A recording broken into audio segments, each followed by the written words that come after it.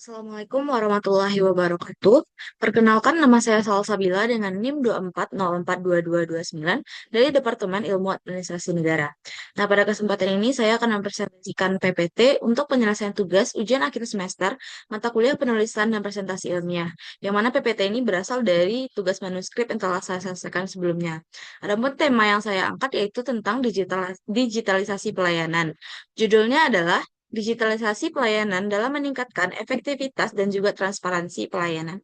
Nah, topik ini saya angkat karena digitalisasi ini menjadi isu yang sangat relevan dalam penyelenggaraan pelayanan publik di era perkembangan teknologi saat ini. Oke, baik. Selanjutnya kita masuk kepada latar belakang dan juga rumusan masalah atau fokus kajian. Untuk latar belakang, di mana perkembangan teknologi informasi yang semakin pesat itu mendorong pemerintah untuk melakukan transformasi digital dalam pelayanan publik. Pelayanan publik yang sebelumnya bersifat konvensional sering dianggap lambat, berbelit-belit, dan kurang transparan sehingga menimbulkan ketidakpuasan kepada masyarakat.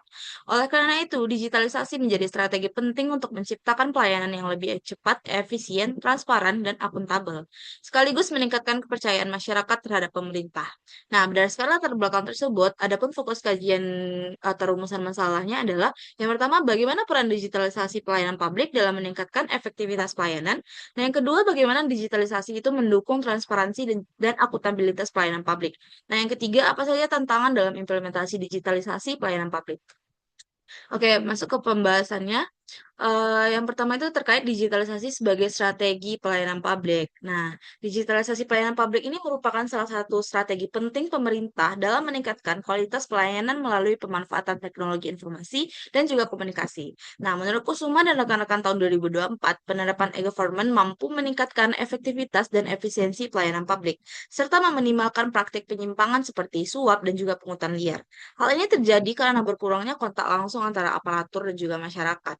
Nah, selain itu digitalisasi juga mendukung pelaksanaan Undang-Undang Nomor 25 Tahun 2009 tentang Pelayanan Publik, serta berperan sebagai instrumen modernisasi birokrasi dalam memperkuat transparansi dan akuntabilitas pelayanan publik. Nah, dengan demikian digitalisasi ini tidak hanya sekedar penggunaan teknologi, tetapi juga menjadi bagian dari upaya tata kelola pemerintahan. Selanjutnya, efektivitas dan transparansi pelayanan. Implementasi digitalisasi pelayanan publik ini memberikan manfaat yang signifikan, khususnya dalam meningkatkan efektivitas dan transparansi pelayanan.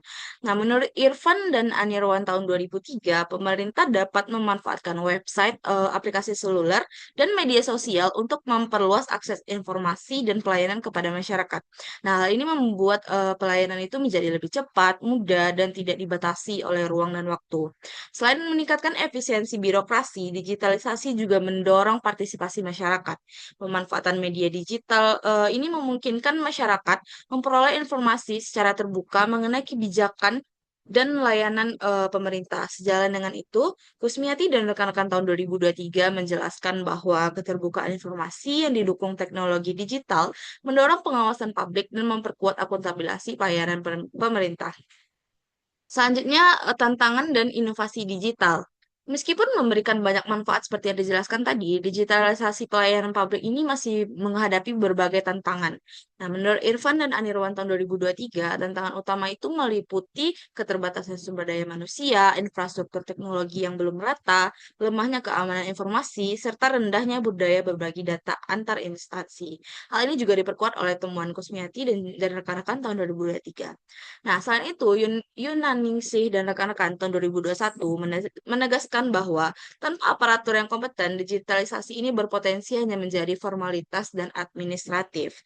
Padahal di era revolusi industri 4.0, pelayanan publik digital merupakan kebutuhan yang tidak dapat dihindari.